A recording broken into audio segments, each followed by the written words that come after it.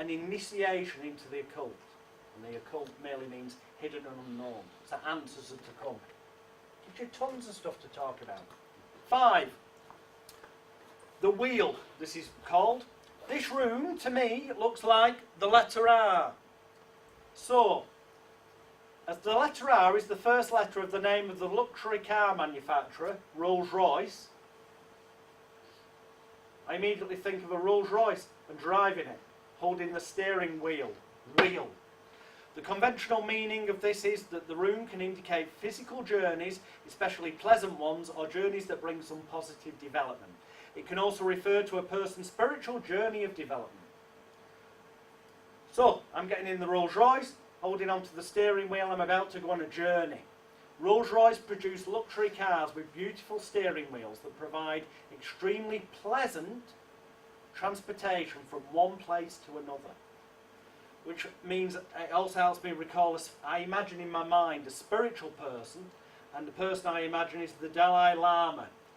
And this Rolls-Royce is memorable because the Dalai Lama is sat cross-legged on the roof of the Rolls-Royce. And I realised that whilst the person inside the car is on a physical journey, the Dalai Lama sat on the roof is on a spiritual journey. Metaphors there for all manner of things. In both cases, Lord, the driver inside and the Dalai Lama on top find that the journey in this case brings some positive development to them. Movement, change. Number 6, the conventional meaning of this, and this one's called fire, is that this rune represents the creative fire within, the artistic impulse, but also passion and sexual desire. So I looked at this, and to me this rune looks like a letter V, but one that's been put on its side. So letter V, but it's been put on its side. And this reminds me of the word virgin. And the thing is, I know there's a lot of sexual imagery in some of these. There's a reason for that. The more obscure or bizarre or ridiculous the mental imagery and story is that you connect to something, the easier it instantly jumps into your head when you get the trigger thing. That's how mnemonics work. So this rune looks like a letter V that is lay on its side, and this reminds me of the word virgin. And thus in turn that rune represents sexual desires and passion, often as yet unfulfilled. And that's why we're a virgin. I also noticed that the V on its side, it's a V, but it's on its side, looks like the handles on a pair of bellows. You know what, a log fire, you get those things and you push it together like that and it makes the fire burn more brightly. They're called bellows. If anyone who doesn't know, go on Google, search the word and you'll see an image and you'll go, oh yeah, looks like bellows. And then you'll always remember that they're used with real fires, and this rune is fire, to help create a bigger fire, increase potential and such like. And as I think of the open log fire, I noticed that above it is hung a wonderful painting. And that reminds me that this rune also represents creative fire and the artistic impulse. All of the key words from the shut-eye conventional meaning books are in that memory story. It gets triggered. The gift. Number 7. Conventional meaning, this is a sign of gifts, generosity and giving. People come together and relationships become deeper. And of course, gifts don't have to be a present that you unwrap. It could be knowledge or wisdom somebody gives. This rune looks like the letter X, and it reminds me of the treasure that pirates have buried, and how these gifts can be found using a treasure map, where X marks the spot of where the gift is to be found. It also reminds me of the joy and happiness on the young child's face as they open the gift they have just been given of a xylophone, because that starts with an X, that they had always wanted. The gift reminds me of Christmas, when people and families come together and relationships seem to become better, at least before the Queen's speech. That bit's not on there, but after that then it's the rouse. But initially, it seems to come together and relationships seem to become better and deeper through the joys of generosity and also giving. Number 8, joy. Conventional meaning, a sign of happiness and harmony between people. A situation may change for the better. This rune looks to me a lot like the letter P, and it reminds me of the word party, and the fact that people go to a party and experience happiness, joy and harmony with their friends. It also looks like a bit like a flag on a stick. I promise you, next time you see it, you'll see a letter P, you'll think party. Next time you see it, you'll think, oh, it does look like a flag as well, the stick and the flag.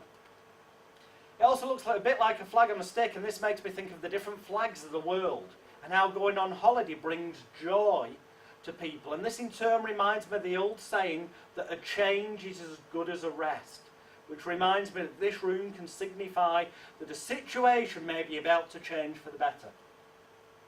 It's called joy. Number 9, the rune's called Hail, as in hailstone, H-A-I-L. Conventional meaning, this rune signifies unexpected setbacks or problems for the person, especially illness. As I said earlier, but just to reiterate, reverse meaning would be the opposite. So, good health would be coming rather than ill, you know, if you're going down the reverse route. I look at this and think of the letter H in the alphabet. It looks like to me. And when I think of the letter H, it's the first letter of the word hail, as in hailstones, that are frozen pellets of water that fall from the sky. Water that freezes has changed form. A really bad hailstone storm could cause unexpected setbacks or problems for someone trying to walk to work or drive safely. Indeed, if they did not have and surely life is a journey, so it can be an interruption. Indeed, if they did not have a proper coat on, they could get so wet that they could develop an illness, or a setback, or a delay. All the conventional meanings are in that little memory story. 10. Necessity. Conventional meaning, this important rune teaches the lesson of patience. It will not go well if the person tries to push something too much.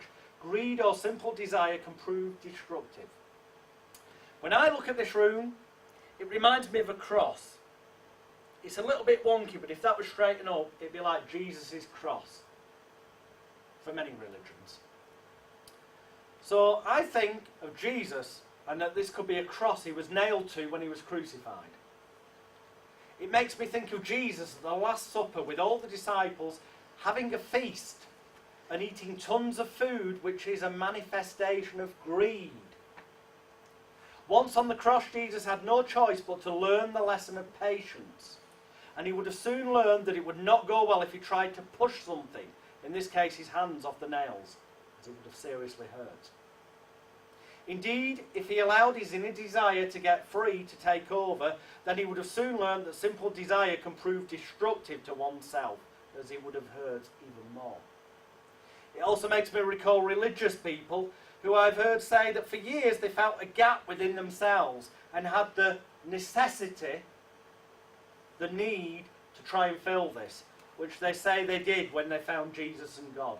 The rune's called necessity. Everything you need to know. 11. Ice. This one's called conventional meaning. This rune denotes some kind of obstacle. By its imagery, it also represents coldness between people. Ice. It's called ice. Coldness, of course.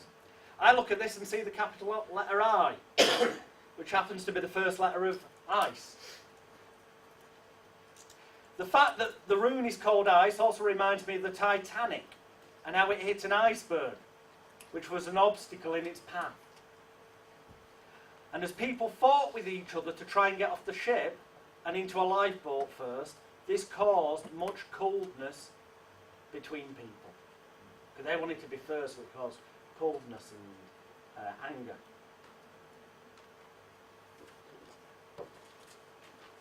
Number 12, this is called year, as in Y-E-A-R, a year. When I see this rune, it makes me think of 2 garden holes. That's H-O-E-S. If you don't know what they are, go on Google, type it in, and you'll see they're like a stick with a kind of bit that sticks out at the end. So if one of these was actually longer, that could be the handle, and this could be the bit that you're supposed to do this with into the soil. But if you look at an image of a garden hole on Google Images, the moment you see it, every time you see this rune, you'll think of hole, the garden hole. And this is two of them laid down next to each other. So as with anything I may mention, Google will lock it in your head. So I think they're using these for gardening. And when you garden, you plant seeds. You lay down plans for the future. The real meaning of this, I say real, but you know what I mean, shut-eye books, is that it refers to the cycles of nature and life. Something will come to fruition, effort receives its reward. So gardening, you plant the seeds, you lay down plans for the future. And over time, things come to fruition and growth, especially if they're watered and nurtured. So this rune reminds me that over time, the effort you put in, such as planting things, will receive its reward. The plants grow and provide fruit and vegetables, for example. This is a great example of the cycles of life and nature.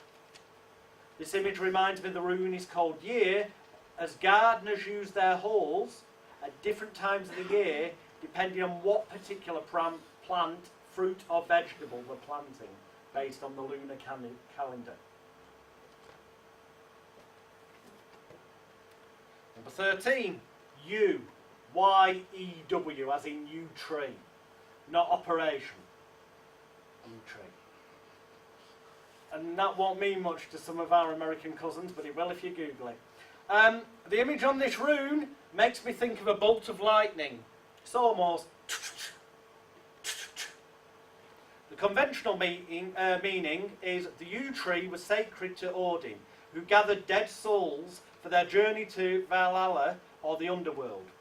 This rune therefore signifies the solemn importance of death in human life. We can interpret it like death in the tarot, the 13th trump or major arcana card, as denoting the passing of old ways and habits, end of the old, start the new. So I remember that, because it's lightning. And the bolt of lightning's coming down through some yew trees. So I know it's called yew. Hitting someone and killing them so they face their own death. That reminds me of the death card. But obviously I don't tell people that they're going to die. It's end of the old, start of the new. This is just in my head to remember the key bullet points. But this person believes in reincarnation. And so this is not the end, but rather just the end of one thing and the start of something new. Or it could mean leaving old habits and ways behind, like not going outside into the forest during a thunder and lightning storm anymore, to make way for more positive habits or ways of life. So sometimes you, Y-E-W, sounds like you, Y-O-U. And ultimately it means the client, they, you, the person in front of them, has to change things, has to take action for something to become different.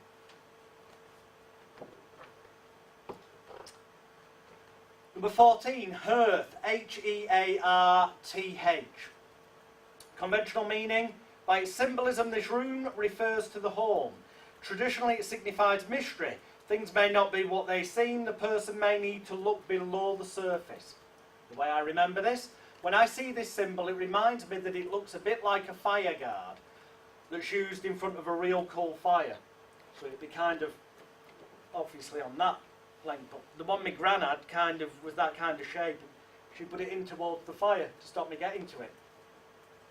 If in doubt, go on Google Images, type in hearth, and you'll see it. In order to stop the children, or indeed anyone else, falling into the fire and hurting themselves.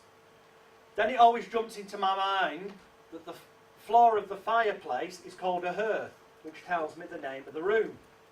And I'm also reminded of how homely a real log fire is in your home, but how mysterious it can be to stare into the flames of the fire and enjoy the mystery of what image may seem to form next in the flames, and knowing that things are not always what they seem, and sometimes we need to look below the surface. Who knows what lies beneath the surface, which I'm reminded of by my mental image, within which I've decided that there are either dead bodies, negative stuff, or hidden treasures, positive stuff, buried beneath the hearth, the floor of the fireplace. 15. Protection. Conventional meaning, this rune signifies protection from danger. The person may face a temptation but will resist it. New beginnings are possible. I remember this as, when I see the image on this rune, it reminds me of the time when the wind blew my umbrella that was supposed to be my protection against the danger of rain. And it blew it inside out. So the spokes went upwards. Which is what the rune looks like. Or at least it does to me. So it's suddenly done that, and it reminds me of protection against the danger of rain inside out, as it looks like an umbrella. Yeah, sorry, it's been said that. The person whose umbrella has just been blown inside out may face a temptation to swear and shout obscene words. Bloody hell, I'm getting wet. But will resist it, as there are young children around who may hear. Well, there is in my memory picture. After all, the discount shop or store is just around the corner, and so they can buy a new umbrella, and thus new beginnings are possible. Protection is available again from a different source.